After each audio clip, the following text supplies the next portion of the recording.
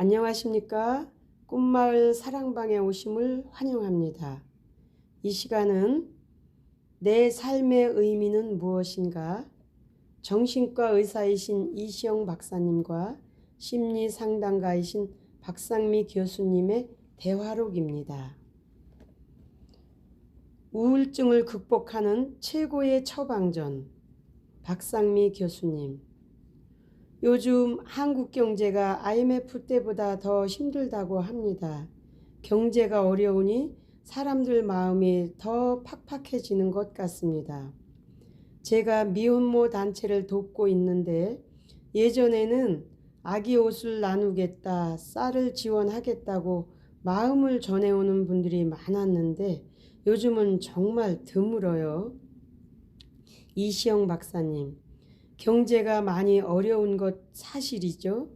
그래서 그런지 사람들이 점점 자기 중심적이 되어가고 이웃을 돌보는 마음도 없어지고 심성이 거칠어지고 인색해지고 베풀고 나누는 것마저도 주저하는 시대가 온 게 아닌가 해서 그 점이 걱정입니다. 사랑은 줄수록 커지죠. 감사도 많이 할수록 내 안에서 감사하는 마음이 더 커집니다.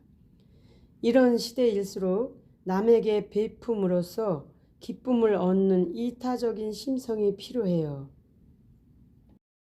박상미 교수님, 베품으로 기쁨을 얻는다고 하셨는데 남을 도울 때 뇌에는 어떤 반응이 일어나나요? 이시영 박사님, 베풀고 나눌 때에는 일단 긍정적인 정서가 되지요. 기분이 나쁜데 베푸는 일을 할 수는 없거든요. 기분이 좋으니까 하는 거죠.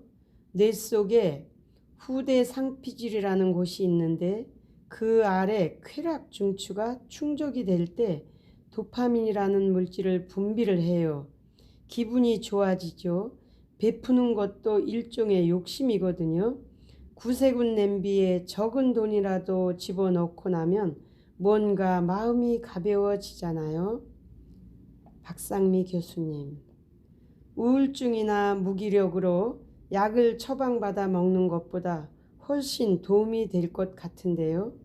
저도 오래전에 우울증이 심했을 때는 신경정신과 약을 많이 먹었었는데 10년 전에 자원봉사를 시작하면서 자연스럽게 약과 이별하게 됐어요.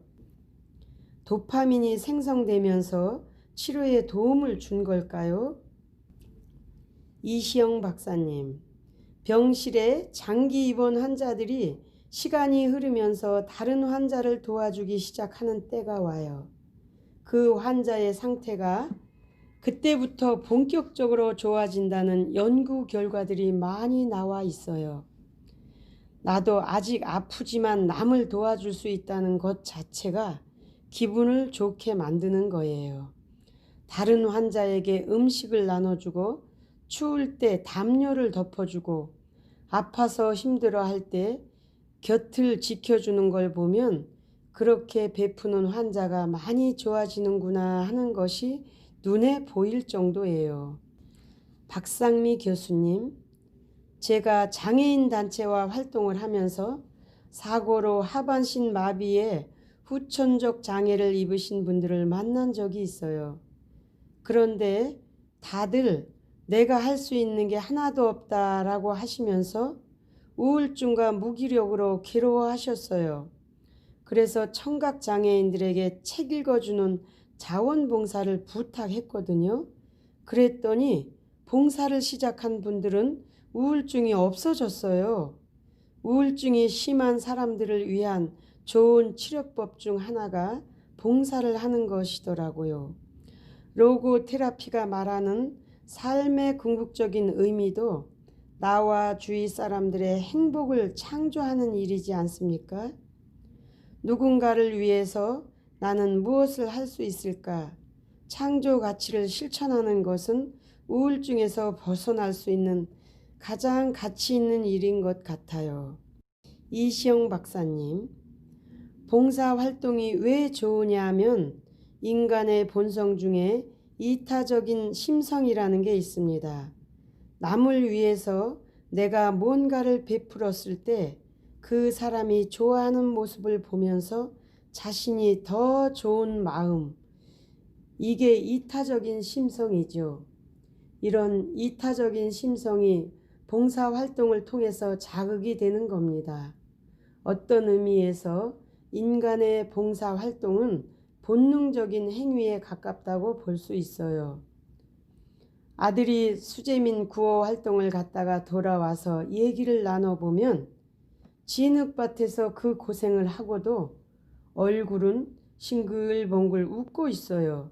기분이 어떠냐고 하니까 참 좋대요. 힘들었을 것 같은데도 행복해하는 걸 보면 봉사란 인간의 본성이라는 걸 느낍니다. 그리고 이것이 자신에게도 치유적인 효과가 굉장히 커요. 박상미 교수님. 우울증이나 무기력에서 벗어나는 법에 대해 상담자들이나 정신과 전문의들의 하는 조언은 거의 비슷해요. 햇빛을 많이 받고 운동을 해라. 그런데 박사님이 말씀해 주신 방법이 내 삶도 달라지지만 남도 살리는 의미 있는 처방 같아요. 박사님이 오래전에 쓰신 글 중에 제가 읽고 감동받은 칼럼이 하나 있어요. 제목이 그래도 도시락은 싸지 마라 였습니다. 이때까지 우리에게 조언을 해주는 어른들은 경제가 어려울 때는 최대한 아끼라고 하셨거든요. 약속도 줄이고 저축하고 안 쓰는 게 최선이다. 아끼려면 사람도 안 만나야 하고 도시락을 싸고 다녀야 한다. 그러면 칭찬을 받았어요. 그런데 더 우울해지는 거예요. 박사님의 칼럼은 그런 우리의 상식을 깨는 글이었습니다. 말만 들어도 끔찍한 구조조정이라는 괴물이 또 꿈틀거린다. 이건 막아야 한다. 어디 한 가족의 생계만인가. 거기다 왜 우리만 나만 하는 피해의식까지. 한 인간을 자존심마저 깡그리 무너뜨린다. 처참하다. 누가 이를 모르랴. 모두가 아프다. 때를 써서라도 막아야겠는데 돌아가는 사정이 아무래도 피할 수 없는가 보다. 미적거리다가 다 넘어진다는 게 엄포로 하는 소리도 아닌 모양이다. 정말 피할 수 없는 고개인가. 하긴 세계 최강 미국도 구조조정을 아프게 겪었다. 그래 피할 수 없는 고개라면 어물쩍거리지 말고 넘자. 더 어두워지기 전에 무거운 발이지만 내디딜 수밖에 없지 않느냐. 그리고 이번에는 확실히 하자. 또 하는 소리가 다시는 없게 하자. 마음 단단히 먹자. 다시 한번 허리띠를 졸라매자. 하지만 그렇다고 시장 경기가 얼어붙게 해서는 안 된다. 나보다 더 아픈 이웃 생각도 하면서 이 힘든 고비를 슬기롭게 넘겨야 한다. 도시락을 싸지 말자는 건 그런 뜻에서이다. 우리는 어려운 시기가 오면 죄 없는 도시락론으로 떠들썩하다. 공무원 외식 금지. 이건 탈위기의 단골 메뉴였다. 한때 국무총리의 도시락도 화제가 됐다. 도시락 총리로 존경을 받기도 했다.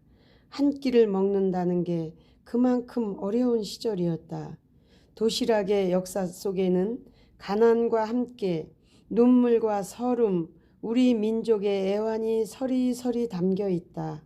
그래서겠지 어려울 땐 도시락 쌀 생각부터 먼저 한다. 하지만 이젠 그런 시대는 지났고 또 그래서도 안 된다. 직장 근처 식당이 문을 닫아야 하기 때문이다. 영세 주인만인가 그 몇 푼 벌이에 생계가 달린 종업원이 일자리를 잃어야 한다. 그 중에는 실직 가정의 아내도 있을 것이다. 저도 도시락을 자주 싸 다녔거든요.